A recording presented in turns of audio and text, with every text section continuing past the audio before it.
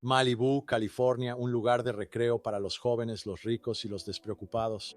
Pero debajo de ese atardecer de postal se encuentra un infame tramo de asfalto conocido como la Curva de la Muerte. El 17 de octubre de 2023, justo antes de las 9 de la noche, 4 estudiantes de último año de la Universidad Pepperdine, integrantes de la misma hermandad universitaria, caminaban por el acotamiento de la carretera de la costa del Pacífico.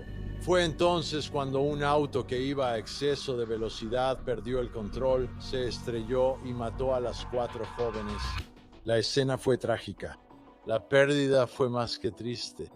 El señor Bond supuestamente circulaba a 104 millas por hora en una zona de 45 millas por hora. El conductor fue identificado como Fraser Michael Boone, un joven rico local de 22 años de Malibú que conducía un BMW. Fue arrestado, encarcelado, pero pudo pagar una fianza de $4 millones. Boehm también pudo contratar a uno de los abogados defensores penales más caros y reconocidos del país, el hombre que liberó a Karen Reed, Alan Jackson. Fue trágico, fue emotivo, es devastador, pero no fue un asesinato. Y Boehm necesitará a Alan Jackson, ya que en realidad enfrenta cargos más graves que los que enfrentó Karen Reed. 4 cargos de asesinato, y ahora un jurado tendrá que decidir si la forma de conducir de Boehm fue un desprecio consciente por la vida humana o solo un trágico accidente. La historia de este caso es increíblemente triste, pero al mismo tiempo es algo que se pudo haber evitado por completo. Ahora, el asesinato que se está imputando aquí no es un asesinato intencional. Es un caso donde el jurado va a tener que determinar dónde está la línea entre un accidente y un delito. Soy Vinnie Politan. Vamos a investigar.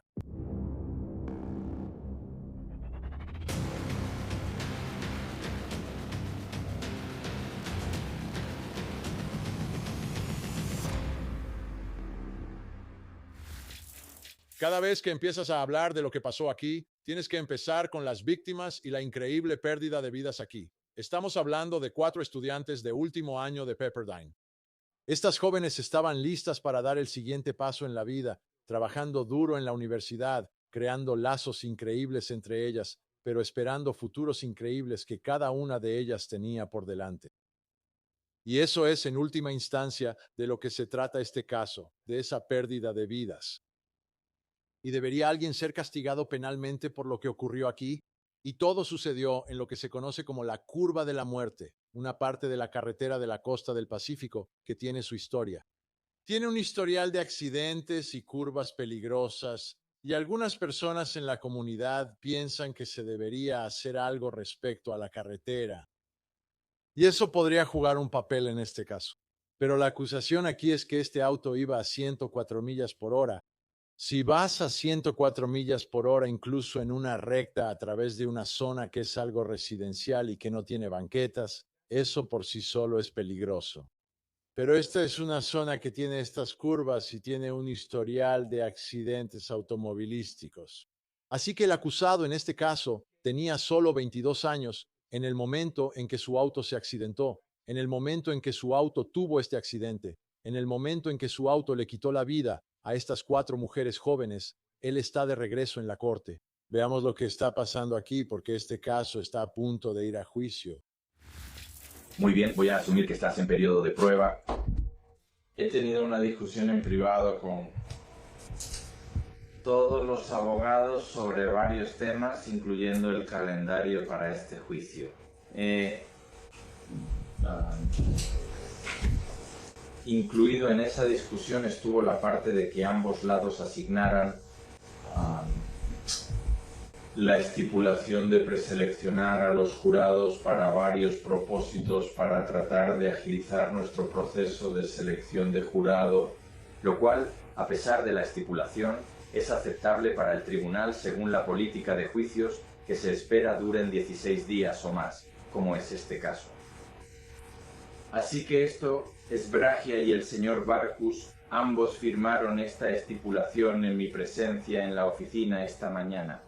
Todas las casillas están marcadas, así que todos los miembros del jurado que no podrán servir por las razones indicadas en este formulario de servicio de jurado podrán no tener a esos miembros del jurado como parte de la audiencia en este caso. Tengo a ambos abogados en el acta para afirmar que están de acuerdo con los términos de esta estipulación, señor Barkus. Sí, las personas están de acuerdo. ¿Y está mal? Sí, muy bien. Entonces esto se archivará en el expediente y los servicios del jurado comenzarán a la 1:00. Estamos seleccionando un jurado, puede que haya sido ordenado. En este caso se evaluará a 150 jurados. Sí. Está bien. También hablamos sobre otros asuntos que deben quedar registrados. La defensa planea presentar una moción adicional para desestimar el caso por motivos distintos a los que se escucharon hace varios meses. Y esa moción se verá el 27 de julio. De 2026. Y en esa fecha las partes también van a, entre ahora y entonces van a estar cooperando, espero, sobre el contenido del cuestionario para los jurados. Con suerte podremos ponernos de acuerdo sobre el contenido del cuestionario. Si no, de todas formas, lo armaré y señalaré los aportes de ambas partes. Pero espero que las partes puedan ponerse de acuerdo sobre el contenido y que podamos tener esa discusión también el 27 de julio.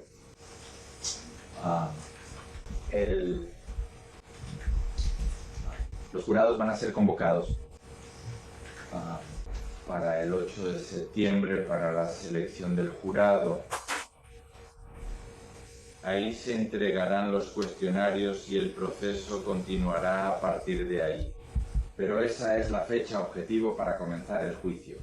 Cualquier moción conforme a la sección 402 y los escritos del juicio deben presentarse antes del 24 de agosto y tendré audiencias sobre esas mociones 402 el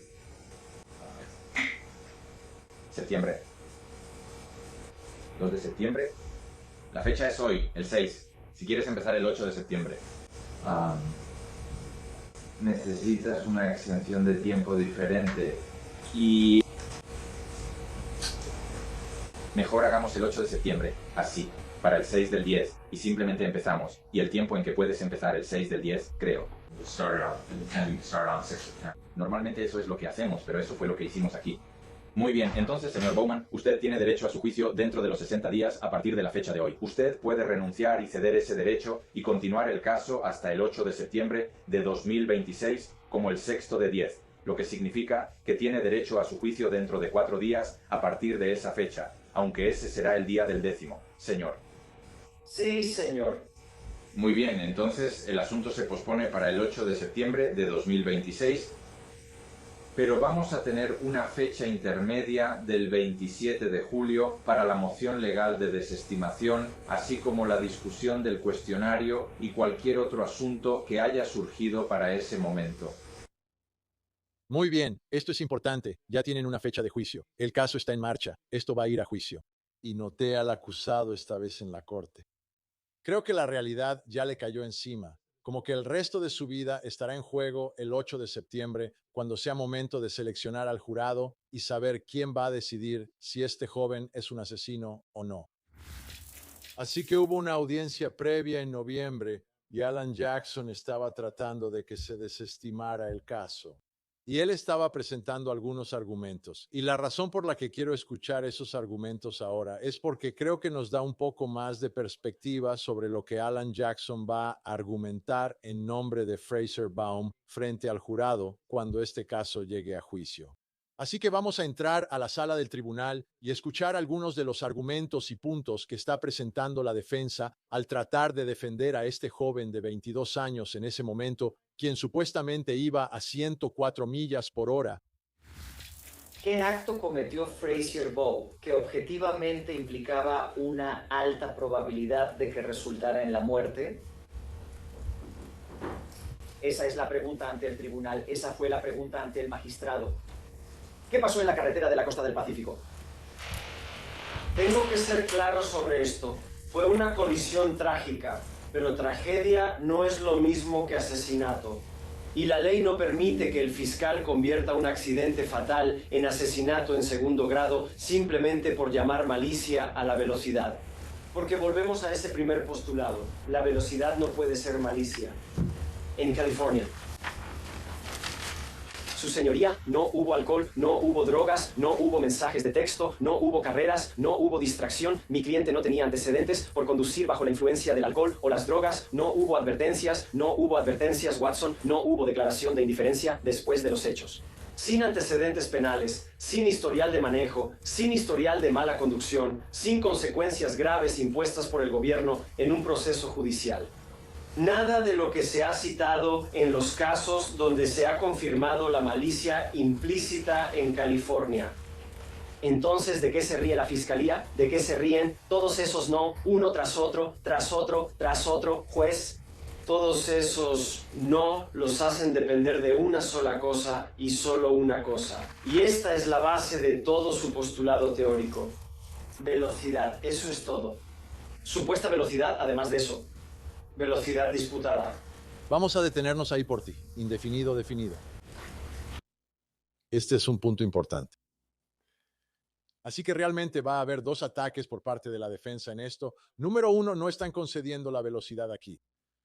Entonces, ¿qué nos dice eso? Esto va a ser una batalla de expertos. Alan Jackson ganó el juicio de Karen Reed en parte o en gran parte gracias a los expertos que vinieron a hablar sobre la información de la camioneta de Karen Reed. Bueno, aquí va a pasar lo mismo. Va a haber una disputa sobre qué tan rápido iba realmente. ¿Cómo puedes determinar eso? Y no van a admitir que Fraser Bone realmente iba tan rápido. Pero luego la segunda parte del argumento que de nuevo él estaba haciendo aquí es que incluso si iba a esa velocidad, solo la velocidad no convierte esto en un asesinato. Y presentando el argumento al juez como una cuestión de derecho. Pero cuando llegas al juicio, presentas el argumento al jurado, que puede estar más abierto a ello y decir, bueno, no queremos que la gente vaya a prisión condenada por asesinato solo porque iba a exceso de velocidad. ¿Verdad? Ese es el argumento que él va a presentar. Regresemos. Aquí no hay pruebas de que Fraser tuviera la intención de conducir rápido solo por hacerlo. Cada elemento, cada prueba disponible respalda lo contrario, que él estaba reaccionando a los eventos que se desarrollaban en ese momento, incluyendo ser perseguido, ser golpeado por otro auto segundos antes del impacto. Eso no es malicia. El problema con el caso de la fiscalía y la decisión del magistrado es que no hay pruebas. El expediente carece completamente de pruebas de que Fraser supiera a qué velocidad iba. Por eso mencioné esto. ¿Cómo es que alguien que conduce a 100 millas por hora o 90 o cualquiera que haya sido la velocidad en ese rango no sabría que va súper rápido? ¿Cómo lo sabe? ¿De verdad? Súper rápido no es lo normal. Pero esa es mi pregunta. Si estás manejando un auto a 95 millas por hora, sabes que no vas a 40. Estoy equivocado en eso. No estás equivocado en eso, pero la velocidad por sí sola no lo es. Lo entiendo. La velocidad por sí sola no es suficiente. Pero para medir el conocimiento de una persona sobre lo que está haciendo, la conciencia de ello, también tienes que usar el sentido común. Y lo siento, cuando vas manejando a 95 millas por hora, 100 millas por hora, sabes que estás manejando extremadamente rápido. Lo sabes.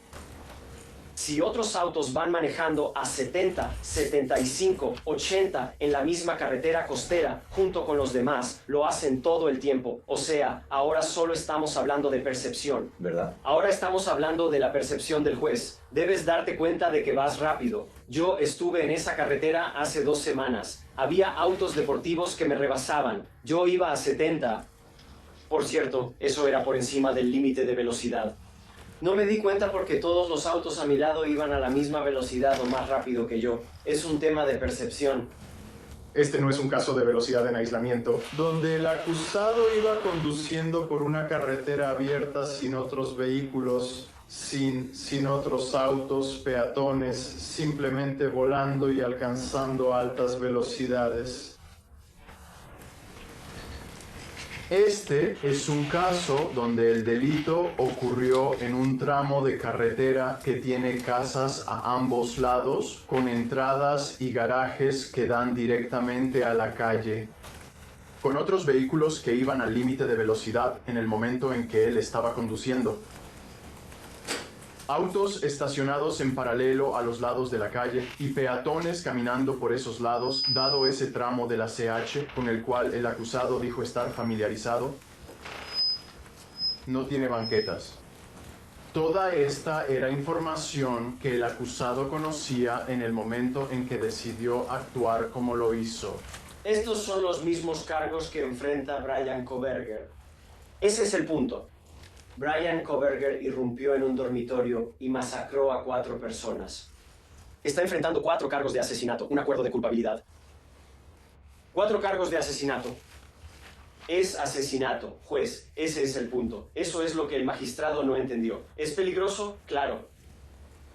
¿Existe la posibilidad de que alguien pudiera haberse lastimado? Se lastimaron, así que claramente hay una posibilidad. Había un alto grado, una casi certeza, como lo expresó Marquis. Había una casi certeza, una alta probabilidad de que alguien muriera esa noche a esa hora y que él lo sabía y lo ignoró. La respuesta es no. Es algo que se sabe con certeza. Tienes razón, no necesitas hacerlo. Él sabía lo peligroso que era esto. Él planeó. Sus mejores amigos murieron por conducir a una velocidad excesiva. Una velocidad excesiva y peligrosa. Y él conoce muy bien la PCH. Y de nuevo, ha sido razonable asumirlo debido a esa familiaridad. Él conoce el comportamiento particular del área llamada la curva del hombre muerto, donde ocurrió este accidente. Si se podrá probar el caso, si el caso de asesinato se podrá probar más allá de una duda razonable, si es un asesinato injusto, nadie sabe la respuesta a eso. Pero esa no es la pregunta para hoy. La pregunta para hoy es si había pruebas suficientes para que el magistrado llegara a las conclusiones que tomó, incluyendo las inferencias que hizo y la ley que aplicó. Y creemos que la conclusión del magistrado, por supuesto, estuvo respaldada por los hechos tal como se aplican a la ley vigente en este caso. Así que, con eso, se aborda la moción. De acuerdo. Así que puedes ver hacia dónde va la defensa aquí, como la pasión que Alan Jackson estaba expresando en la sala del tribunal ante un juez era que este no es un caso de asesinato. Ese es el mismo tipo de argumento que vas a escuchar frente a un jurado. Así que ha habido mucha conversación sobre la escena donde ocurrió todo esto, la Pacific Coast Highway cuando entra a Malibú. Quiero mostrarte una vista aérea para que tengas una mejor idea. Y mientras miras aquí, sabes, es una autopista, sí, pero puedes ver que ya no están ahí parados, pero hay casas a los lados. Y mientras más te acercas al centro o entras a Malibú, verás que hay estructuras a ambos lados, pero no hay banquetas. No hay banquetas. Es una autopista, pero es una autopista en una zona donde hay casas y hay entradas para autos. Y mira esta curva. O sea, mira la velocidad de la que estamos hablando aquí con este tipo de curvas. Creamos una animación de inteligencia artificial del área. Vamos a echarle un vistazo ahora mismo también y te das una idea de cómo es cuando vas manejando por la Pacific Coast Highway, entrando a Malibú. Estas curvas no son fáciles. Este es un camino peligroso que tiene un historial de peligro. Y eso será parte de la defensa aquí por un lado, pero también es parte de la acusación por el otro lado. Sabes lo peligroso que es este camino, lo conoces, necesitas reducir la velocidad. Pero al mismo tiempo, la defensa puede argumentar que el accidente se debe a lo peligrosa que es esta carretera. Escuchemos al fiscal de distrito cuando esto sucedió por primera vez. Este es el fiscal de distrito que ya no está en el cargo, pero Jorge Gascón, quien originalmente presentó los cargos y lo que tenía que decir sobre lo que les pasó a esas 4 víctimas. Perdimos a 4 jóvenes que tenían toda una vida por delante, por realmente ninguna otra razón más que una total e imprudente indiferencia por la vida de los demás. Así que Niam Ralston, Peyton Stewart, Jessalyn Williams y Asha Ware eran estudiantes de último año en Pepperdine y estaban en lo suyo, simplemente por estar en la zona donde está su escuela. Y perdieron la vida innecesariamente. Por esas razones, estamos aquí hoy para anunciar que vamos a presentar cargos contra Fraser Michael Wong de Malibú, con 4 cargos de asesinato y 4 cargos de homicidio vehicular por negligencia grave. Está detenido con una fianza de $4 millones. Fianza. El 17 de octubre, alrededor de las 8:30 p.m. El señor Bond supuestamente iba a una velocidad de 104 millas por hora en una zona con límite de velocidad de 45 millas por hora en la PCH. Cuando perdió el control de su BMW, supuestamente chocó contra un auto estacionado antes de atropellar a 4 peatones que estaban juntos al costado de la carretera. Todas las jóvenes murieron en el lugar. La investigación reveló que el acusado sabía que sus acciones eran peligrosas para la vida humana y actuó deliberadamente con desprecio consciente por la vida humana, cometiendo 4 homicidios por malicia implícita en este caso. No puedo repetirlo lo suficiente. Tenemos que darnos cuenta de que cuando estamos conduciendo un auto, tenemos el potencial de matar a otros.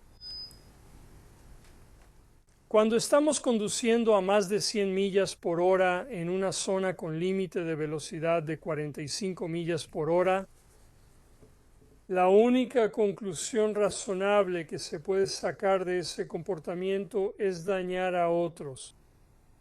Y en el peor de los casos, como sucedió aquí, es matar a otros. Vamos a asegurarnos, junto con nuestros colegas de las fuerzas del orden, de que las personas que participen en este tipo de comportamiento enfrenten consecuencias severas. Pero también reconozco que lo que hacemos aquí no va a devolver a las 4 víctimas a sus familias ni a sus comunidades. Y entiendo que, en general, lo que hacemos en este caso no es un elemento disuasorio. Pero lo que sí puede ser un elemento disuasorio es si todos nosotros colectivamente hablamos entre nosotros y nos exigimos cuentas mutuamente para asegurarnos de que, sin importar cuánto creas que tienes prisa, debes seguir las reglas de tránsito. Y debes entender que cuando conduces sin tener en cuenta la vida de los demás, pueden ocurrir consecuencias graves. Y eso podría incluir que vayas a prisión por mucho tiempo. Así que este caso es diferente a la mayoría cuando hablamos de alguien conduciendo un auto y alguien muriendo como resultado, ¿verdad? No hay ninguna acusación de alcohol, no hay ninguna acusación de drogas. Todo se trata de la velocidad y la naturaleza de la carretera en la que estaban. 104 en una zona de 45. Eso es completamente escandaloso. Se va a disputar. Pero la pregunta para este jurado ahora será: ¿es esto asesinato? ¿Son estos 4 cargos de asesinato? ¿Es esto algo menos que asesinato? ¿Es negligencia, negligencia grave, homicidio involuntario, algo que es menos que asesinato, pero de lo que aún eres responsable? ¿O es este un accidente trágico por el que dejan libre a Fraser Bone? Lo veremos cuando el caso llegue a juicio.